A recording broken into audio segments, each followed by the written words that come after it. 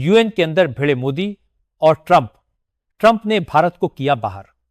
जी हां दोस्तों, आज जो यूएन के अंदर हुआ उसने पूरी दुनिया में भूचाल ला दिया। यह कोई आम बहस नहीं थी, ना ही यह सिर्फ कूटनीतिक मतभेद का मामला था। यह उस लड़ाई की झलक थी जो अब बंदूक और बारूद से नहीं बल्कि चिप्स, डाटा और आर्टिफिशियल इंटेलिजेंस से लड़ी जा रही है। बाहर से देखने वालों को यह भारत और अमेरिका की तकरार लग सकती है, लेकिन जो परतों के भीतर झांक कर देखेगा उसे साफ दिखेगा कि यह 21वीं सदी की सबसे बड़ी जियोपॉलिटिकल जंग की शुरुआत है। लेकिन आगे बढ़ने से पहले एक छोटी सी बात। अगर आपको भी अपने देश भारत पर गर्व है तो एक सच्चे देशभक्त की तरह इस वीडियो को लाइक कर दीजिए और कमेंट बॉक्स में जय हिंद जरूर लिखिए। अब चलिए शुरू करते हैं। दोस्तों, संयुक्त राष्ट्र के गलियारों में आमतौर पर कैमरे मुस्कुराहटें पकड़ते हैं, हाथ मिलते हुए नेता दिखते हैं और प्रेस रिलीज में सब कुछ सामान्य बताया जाता है। लेकिन इस बार माहौल अलग था। इस बार टेबल पर जो मुद्दे थे वह सिर्फ भाषणों तक सीमित नहीं थे। बात हो रही थी इस बात की कि आने वाले 30 से 40 साल तक दुनिया किसके इशारों पर चलेगी, किसके पास टेक्नोलॉजी होगी, किसके हाथ में डाटा रहेगा और कौन देश सिर्फ ग्राहक बनकर रह जाएगा। यही से कहानी गंभीर होती है। अमेरिका की अगुवाई में एक बेहद खास बैठक होती है। नाम भले ही टेक्नोलॉजी कोऑपरेशन का हो, लेकिन असल में यह एक पावर क्लब था। उस कमरे में जापान था, ऑस्ट्रेलिया था, साउथ कोरिया था, यूनाइटेड किंगडम था, नीदरलैंड्स था, इजराइल था, सिंगापुर था, यूएई था। दुनिया के लगभग सारे टेक पावर हाउस वहां मौजूद थे, लेकिन एक नाम गायब था, भारत। अब सवाल यह नहीं कि भारत क्यों नहीं गया, असली सवाल यह है कि भारत को बुलाया ही क्यों नहीं गया। क्योंकि यह कोई आम बैठक नहीं थी। यह करीब $16 ट्रिलियन के भविष्य का खेल था। Artificial intelligence, semiconductor chips, data centres, battery technology, green energy और वो क्रिटिकल मिनरल्स जिनके बिना आज की दुनिया एक कदम भी आगे नहीं बढ़ सकती। जापान को बुलाया गया क्योंकि उसके पास वो खास केमिकल्स हैं जिनके बिना एडवांस शिप बन ही नहीं सकती। नीदरलैंड्स को बुलाया गया क्योंकि उसके पास वो मशीन है जिसके बिना दुनिया का कोई भी देश हाई एंड सेमीकंडक्टर नहीं बना सकता। साउथ कोरिया इसलिए था क्योंकि उसके पास दुनिया की सबसे ताकतवर मेमोरी चिप कंपनियां हैं। ऑस्ट्रेलिया इसलिए बैठा क्योंकि उसके पास लिथियम, कोबाल्ट और रेयर अर्थ मिनरल्स का भंडार है। हर देश की वहां मौजूदगी के पीछे एक ठोस वजह थी। और भारत के पास क्या नहीं है? दुनिया का सबसे बड़ा युवा वर्ग, सबसे तेजी से बढ़ता डिजिटल मार्केट, सबसे ज्यादा डाटा, सबसे सस्ता और स्केलेबल टैलेंट। फिर भी भारत उस टेबल पर नहीं था। यही वो बात है जो सबसे ज्यादा चुभती है। यही वो सिग्नल है जिसे हल्के में लेना सबसे बड़ी गलती होगी। इसी बीच एक और घटनाक्रम होता है। प्रधानमंत्री नरेंद्र मोदी और अमेरिकी राष्ट्रपति डोनाल्ड ट्रंप के बीच फोन पर बातचीत होती है। बाहर से देखने पर सब कुछ सामान्य लगता है। ट्वीट आता है, my dear friend Donald Trump. शब्द दोस्ताना है, लहजा नरम है, लेकिन असली संकेत शब्दों में नहीं, खामोशी में छिपे होते हैं। व्हाइट हाउस की तरफ से कोई बड़ी प्रेस ब्रीफिंग नहीं होती, कोई ज्वाइंट स्टेटमेंट नहीं आता। बस एक लाइन आती है कि बातचीत हुई और ठीक उसी के बाद डोनाल्ड ट्रंप एक बयान देते हैं कि उन्होंने भारत और पाकिस्तान के बीच युद्ध रोका और लाखों लोगों की जान बचाई। दोस्तों, यह कोई हल्का बयान नहीं था। यह भारत के लिए एक सीधा संदेश था। यह जताने की कोशिश थी कि कंट्रोल किसके हाथ में है। यह वही पुरानी अमेरिकी मानसिकता थी जिसमें वो खुद को दुनिया का मैनेजर समझता है और बाकी देशों को खिलाड़ी। और इसी वक्त अमेरिका लॉन्च करता है एक नया टेक्नोलॉजी ब्लॉक। नाम दिया जाता है यूएस टेक सिलिकॉन कोएलिशन, लेकिन जानकार इसे एक नए नाम से पुकारने लगते हैं, पैक्स सिलिका। आपने पैक्स अमेरिका सुना होगा। वो दौर जब दुनिया अमेरिका के नियमों पर चलती थी। पैक्स सिलिका का मतलब है सिलिकॉन चिप्स और एआई के जरिए दुनिया को कंट्रोल करना। यह सिर्फ टेक्नोलॉजी का गठबंधन नहीं है, यह सत्ता का नया मॉडल है। मकसद साफ है। चीन ने पिछले 20 सालों में पूरी दुनिया की सप्लाई चेन पर पकड़ बना ली। चिप्स से लेकर मिनरल्स तक अमेरिका अब वह गलती दोबारा नहीं करना चाहता है। वो एक ऐसा भरोसेमंद क्लब बनाना चाहता है जिसमें design, manufacturing, AI models, data centres और एनर्जी सब कुछ उसी के कंट्रोल में हो, ताकि भविष्य में कोई देश इन चीजों को हथियार बनाकर ब्लैकमेल ना कर सके। लेकिन यहीं से ट्विस्ट शुरू होता है। भारत जो क्वाड का हिस्सा है, भारत जो इंडो पैसिफिक का बड़ा खिलाड़ी है, भारत जिसे ग्लोबल साउथ का नेता कहा जाता है, वहीं भारत स्टेक क्लब से बाहर है। अब सवाल उठता है, क्या यह सिर्फ इत्तेफाक है या फिर अमेरिका जानबूझकर भारत को एक लिमिट में रखना चाहता है? सच्चाई यह है कि अमेरिका भारत को दोस्त तो मानता है, लेकिन बराबरी का पार्टनर नहीं। अमेरिका चाहता है कि भारत उसके बनाए एआई का इस्तेमाल करे, उसके चिप्स खरीदे, उसका सॉफ्टवेयर चलाए और अपना डाटा दे। लेकिन भारत अगर अगला चीन बन जाए, यह अमेरिका को मंजूर नहीं। यही वजह है कि जैसे ही बात को टेक्नोलॉजी की आती है, अमेरिका पीछे हट जाता है। आज भी भारत के पास अपनी एडवांस चिप फैब नहीं है। हमारे पास वो मशीनें नहीं है जिनसे 5 नैनोमीटर या उससे एडवांस चिप बन सके। हमारे पास वो केमिकल सप्लाई चेन नहीं है जो जापान के पास है।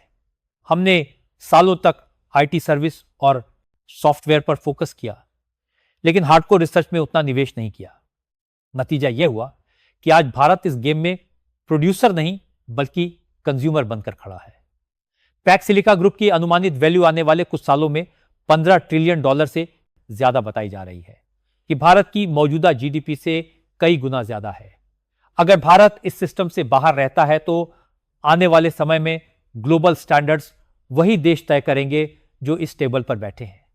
लेकिन कहानी यही खत्म नहीं होती। भारत पूरी तरह बेबस भी नहीं है। इतिहास गवाह है कि जब जब भारत को बाहर रखने की कोशिश हुई, भारत ने अपना रास्ता खुद बनाया।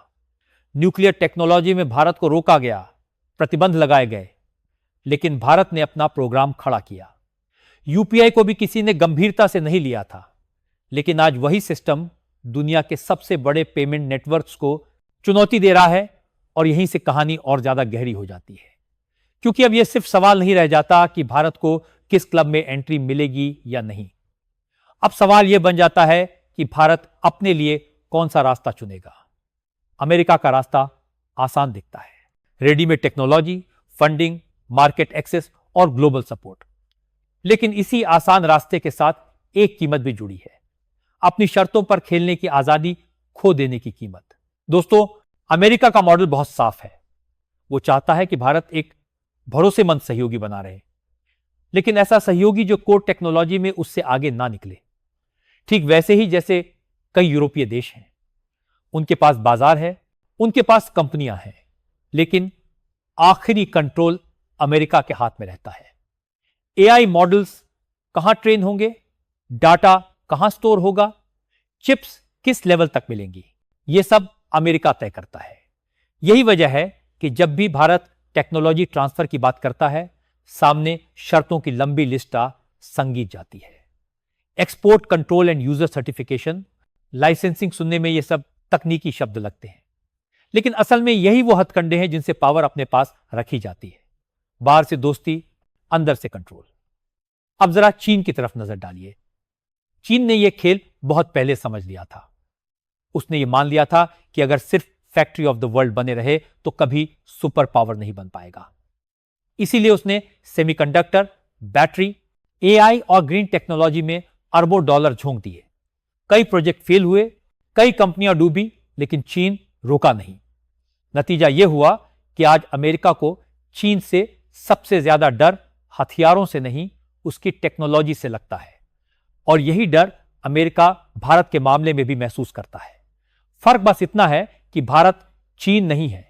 भारत का सिस्टम अलग है, भारत का लोकतंत्र अलग है। भारत की ताकत सिर्फ सरकार नहीं, बल्कि उसका समाज, उसका टैलेंट और उसका स्टार्टअप इकोसिस्टम है। भारत में फैसले भले ही धीरे होते हो, लेकिन जब दिशा तय हो जाती है तो उसे रोकना आसान नहीं होता। आज भारत में सैकड़ों डीप टेक स्टार्टअप उभर रहे हैं। कोई एआई एल्गोरिदम पर काम कर रहा है, कोई चिप डिजाइन पर, कोई क्वांटम कंप्यूटिंग पर। भले ही भारत अभी मैन्युफैक्चरिंग में पीछे हो, लेकिन डिजाइन और सॉफ्टवेयर में भारत की पकड़ लगातार मजबूत हो रही है। दुनिया की ज्यादातर बड़ी चिप कंपनियों में जो दिमाग काम कर रहा है, उनमें बड़ी संख्या में भारतीय इंजीनियर हैं। अब सवाल यह है कि क्या भारत उस दिमाग को अपने सिस्टम से जोड़ पाएगा या फिर वह हमेशा विदेशी कंपनियों के लिए काम करता रहेगा। यही वह निर्णायक मोड़ है जहां से भारत या तो गेम चेंजर बनेगा या फिर गेम का हिस्सा बनकर रह जाएगा। अब बात करते हैं डाटा की। 21वीं सदी का असली खेल डाटा है और इस मामले में भारत दुनिया के सबसे अमीर देशों में से एक है। 140 करोड़ की आबादी, डिजिटल पेमेंट्स, आधार, यूपीआई, मोबाइल यूजर्स। भारत के पास इतना विशाल डाटा है कि अगर सही तरीके से इस्तेमाल किया जाए तो यह किसी भी देश की टेक्नोलॉजी को नई ऊंचाई पर पहुंचा सकता है। अमेरिका चाहता है कि यह डाटा उसके एआई मॉडल्स को ट्रेन करे। उसकी कंपनियां भारत के यूजर से सीखें, भारत के बिहेवियर को समझें और उसी के आधार पर अपने प्रोडक्ट्स को और ताकतवर बनाएं। लेकिन अगर भारत डाटा संप्रभुता को सही तरीके से लागू करता है, अगर भारत यह तय करता है कि डाटा देश की संपत्ति है, तो यह पूरी गेम को पलट सकता है। यही वजह है कि ग्लोबल साउथ आज भारत की तरफ उम्मीद से देख रहा है। अफ्रीका, लैटिन अमेरिका और एशिया के कई देश अमेरिका और चीन दोनों से परेशान है। एक तरफ कर्ज का जाल है, दूसरी तरफ शर्तों की राजनीति। इन देशों को चाहिए एक ऐसा टेक्नोलॉजी पार्टनर जो बराबरी से बात करे, जो शर्तों के साथ नहीं बल्कि भरोसे के साथ आगे बढ़े। अगर भारत इस खाली जगह को भरता है तो वो सिर्फ टेक्नोलॉजी नहीं बेचेगा, वो एक मॉडल बेचेगा। एक ऐसा मॉडल जिसमें विकास के साथ सम्मान भी हो। और यही बात अमेरिका को सबसे ज्यादा परेशान करती है, क्योंकि अमेरिका जानता है कि अगर भारत ग्लोबल साउथ का टेक लीडर बन गया तो पैक्स सिलिका का एकाधिकार टूट सकता है। यही वजह है कि भारत को पूरी तरह अंदर भी नहीं लिया जा रहा और पूरी तरह बाहर भी नहीं किया जा रहा। ये एक रणनीति है। कंट्रोल्ड इंक्लूजन, ना पूरी दोस्ती ना खुली दुश्मनी। लेकिन इतिहास गवाह है कि भारत को कभी भी लंबे समय तक सीमाओं में नहीं बांधा जा सका। चाहे गुटनिरपेक्ष आंदोलन हो, चाहे 1971 का युद्ध हो या फिर परमाणु परीक्षण, हर बार भारत ने वही किया जो उसके हित में था। भले ही उस वक्त दुनिया नाराज क्यों ना हुई हो, आज फिर वही क्षण है। फर्क बस इतना है कि इस बार हथियार मिसाइल नहीं बल्कि चिप्स और एल्गोरिदम है। आने वाले कुछ साल तय करेंगे कि भारत सिर्फ एक बड़ा बाजार बनकर रह जाएगा या फिर वो नियम बनाने वालों की कतार में खड़ा होगा। यह फैसला सिर्फ सरकार नहीं कर सकती, इसके लिए उद्योग को रिस्क लेना होगा, शिक्षा को रिसर्च से जोड़ना होगा और समाज को यह समझना होगा कि शॉर्टकट से सुपर पावर नहीं बनाया जाता। अगर भारत इस मौके को पहचान लेता है तो आज पैक्स सिलिका से बाहर रहना कल भारत की सबसे बड़ी ताकत बन सकता है, क्योंकि जो सिस्टम से बाहर रहकर अपना रास्ता बनाता है वही असली गेम चेंजर बनता है। और अगर भारत यह मौका चूक गया तो आने वाले दशकों तक उसे दूसरों के बनाए एल्गोरिदम पर चलना पड़ेगा। दोस्तों, यही वजह है कि यह कहानी सिर्फ भारत और अमेरिका की नहीं है। यह कहानी है एक नई दुनिया के बनने की, एक ऐसी दुनिया जहां ताकत की परिभाषा बदल चुकी है। और इस नई दुनिया में भारत क्या भूमिका निभाएगा, यह अब भारत के हाथ में है। अब फैसला आपको भी करना है। क्या भारत को किसी और की बनाई टेकलाइन पर चलना चाहिए या फिर अपना अलग रास्ता बनाकर दुनिया को चौंकाना चाहिए? क्योंकि जियोपॉलिटिक्स में कोई स्थायी दोष नहीं होता, सिर्फ स्थायी हित होते हैं।